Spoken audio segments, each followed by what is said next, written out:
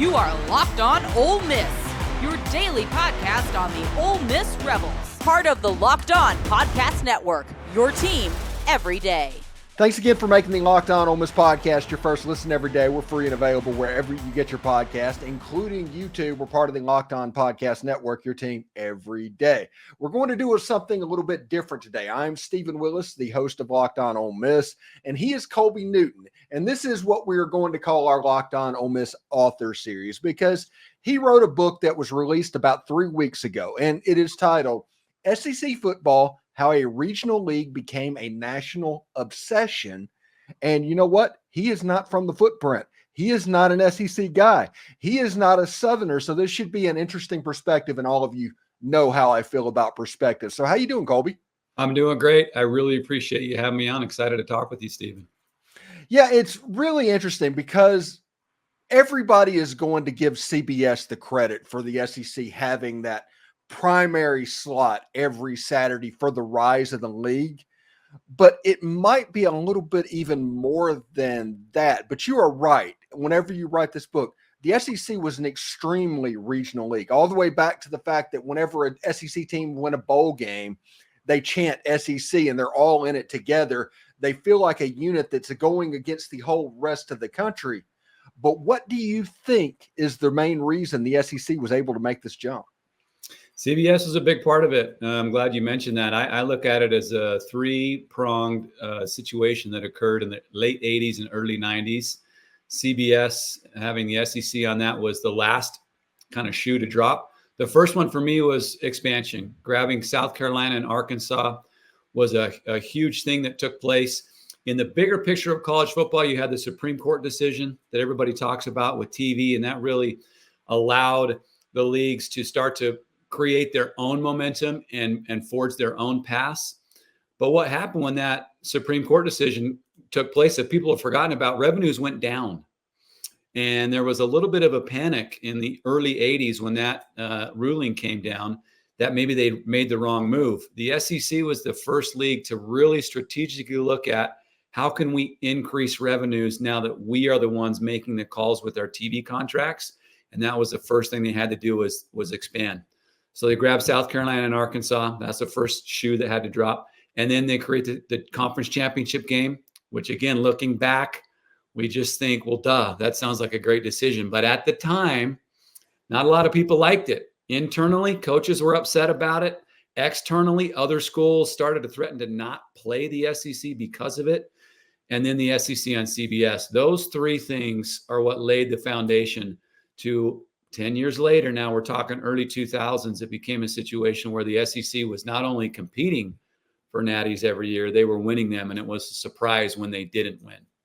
Yeah, we talked off air before the show started about, hey, where are you from? Because I just wanted to make sure that I wasn't dealing with somebody like I told him from Savannah. It turns out he's from Salt Lake City. He went to the University of Utah. He is not an SEC person. So my question is, what makes a non-SEC person this interested in the rise of the SEC? Yeah, I love that question. And you're right.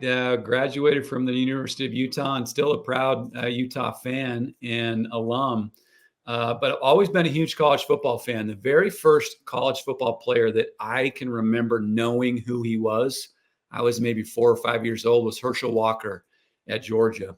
And from there on out, it just, from an outsider's perspective, you love college football.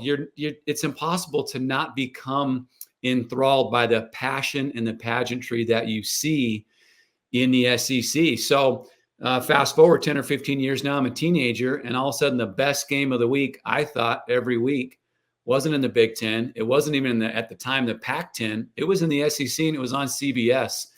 And so I've always been a huge fan of the league, and I wanted to take a deeper dive into how did it become this foregone conclusion that the SEC would win the national championship every year.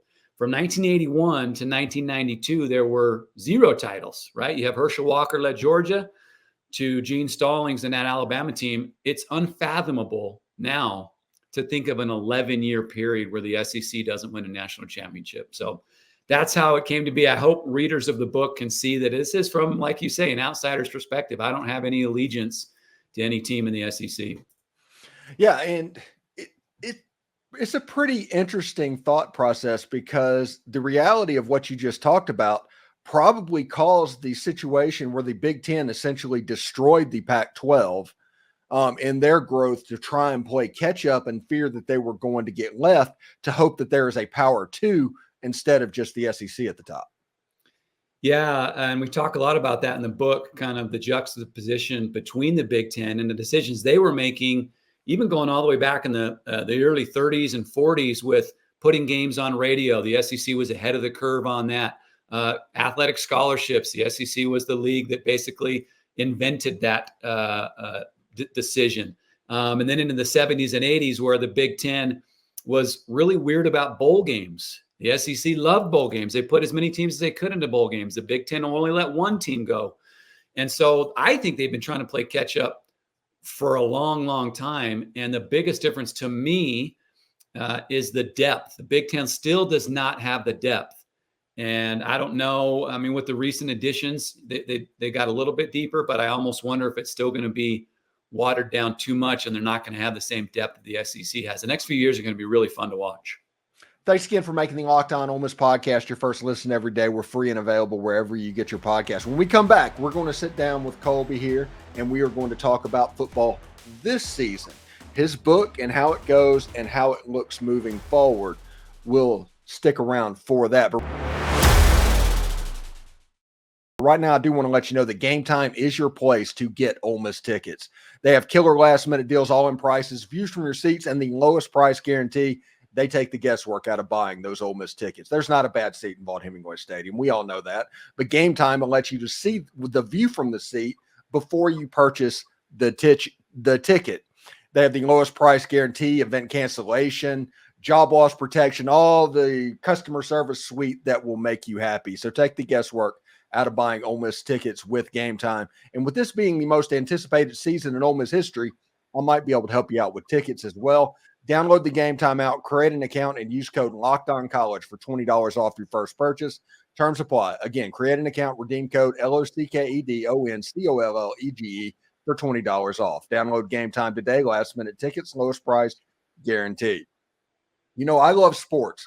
I love them so much, I never want them to stop. But as the playoffs wind down, we get fewer and fewer games, and the sports just don't sports like we want them to. But FanDuel lets me keep the sports going whenever I want. All I have to do is open the app and dream up bets anytime I'm in the mood. So maybe I want to bet on Jackson Dart to win the Heisman at plus 1,500, or Ole Miss and their over-under at 9.5 wins this season. This summer, you have that opportunity. FanDuel is hooking up all customers with a boost or a bonus daily. That's right. There's something for everyone every day, all summer long. So head on over to FanDuel.com and start making the most out of your summer. FanDuel is the official sports betting partner of Major League Baseball.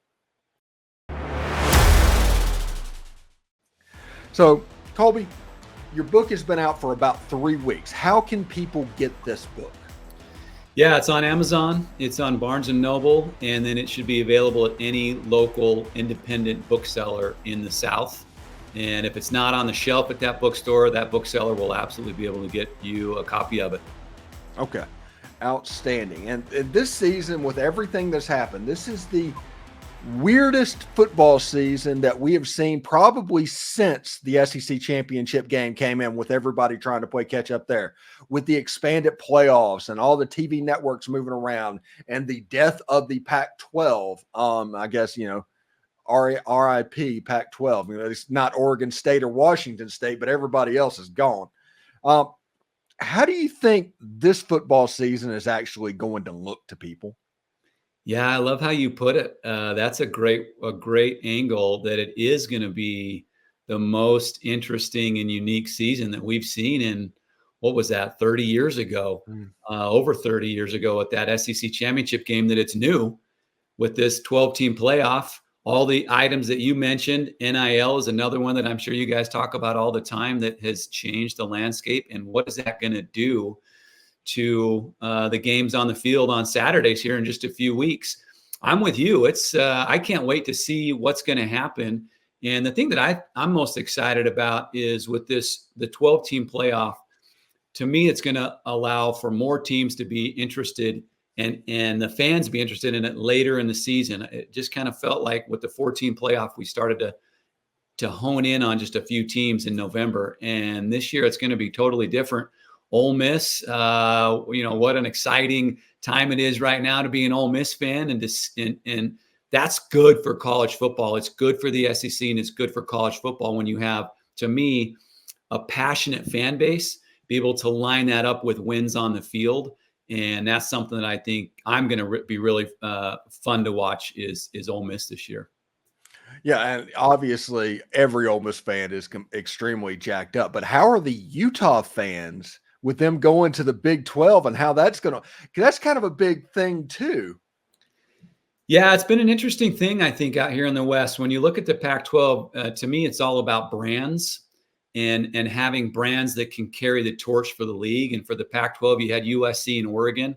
And then maybe a step below that, you had Washington and UCLA from a brand perspective. And in the Big 12, you had Oklahoma and Texas. Well, who's the big brand in the Big 12?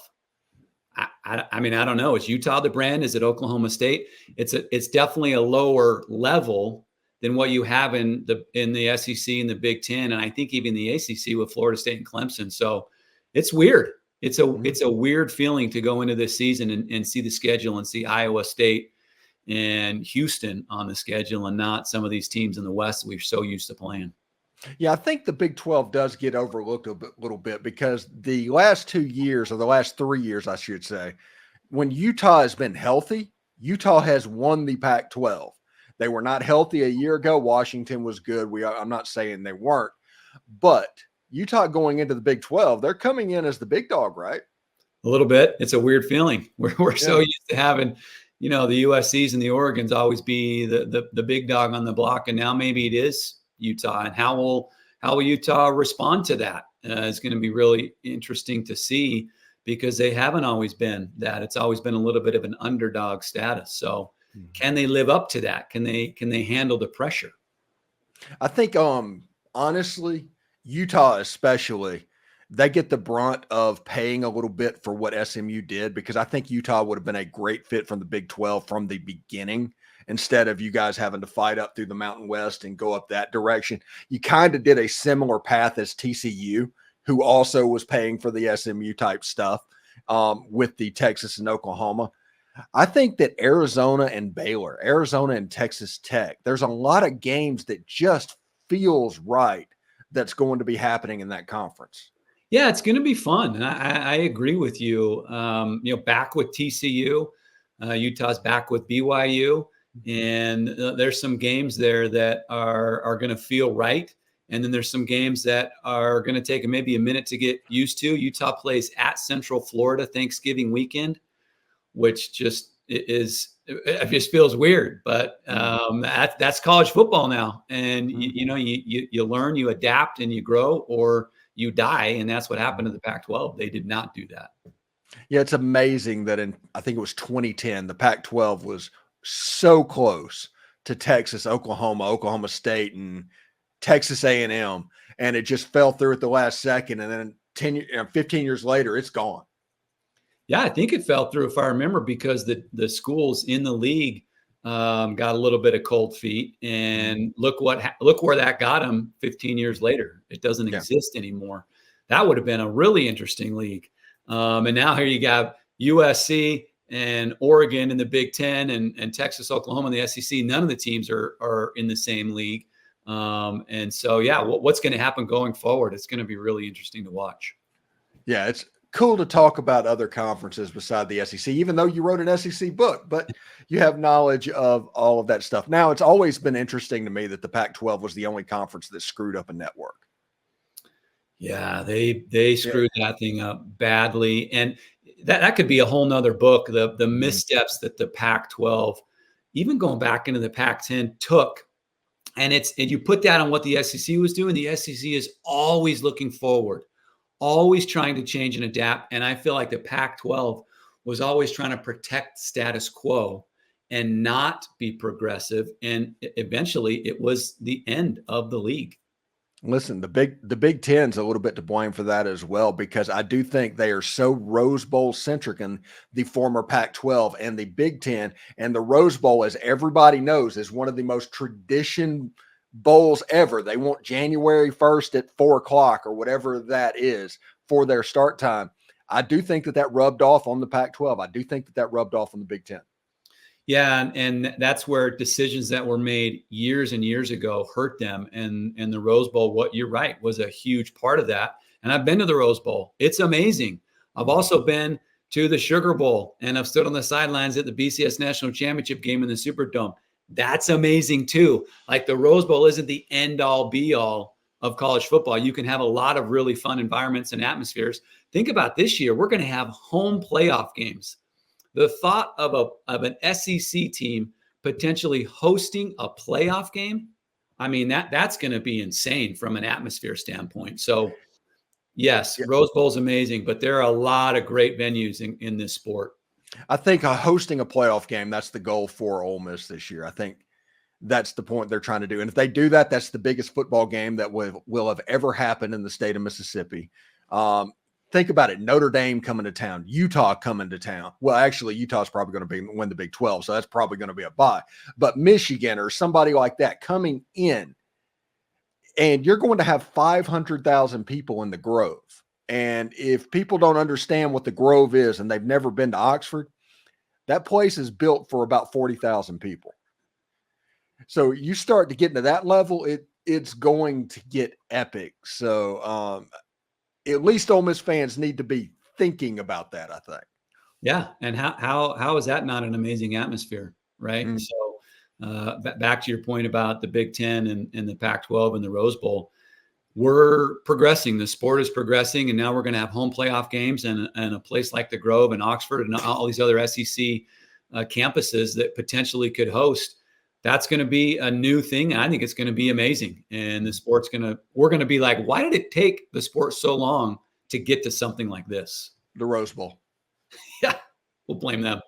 Yeah, exactly. They can take the heat. The Pac-12's already dead, so we can kick that dead horse. Well, I think I saw somewhere that the Rose Bowl just recently said they don't want to be in the mix for semifinals. Yeah, because so they can have that January 1st time. It's just that kind of stuff. Those are the types of decisions that 5 years from now, 10 years from now, you look back on and you think that was a bad move. It's a situation to where the Rose Bowl, if they're not careful, and this is a serious thing, if they're not careful, in 10 years down the road, people are going to think about the granddaddy of them all, the Rose Bowl, the way they think about the Outback Bowl now. I agree. Or the Citrus Bowl. Yeah. Yes. Yeah. Because of these decisions, and they don't think that. And that's maybe going to be their demise. The same way if you would have told anybody in college football, hey, 10 years ago, hey, in 2024 and beyond, the Pac-12 won't exist. Nobody would have believed that, but decisions are made, and here we are. Do you think the Big 12 is eventually just going to invite Oregon State and Washington State just for football? Yeah, I've seen a lot of news about that. I don't know. I don't think so. I would like to think they've got some bigger fish they'd like to fry, but I don't know. What do you think? I think it would make sense if you can get them in a very partial thing to where they just join like the West Coast Conference and the other sports, but in football and in baseball specifically, you could probably get some value for like Oregon State, not necessarily Washington State, but Oregon State you could.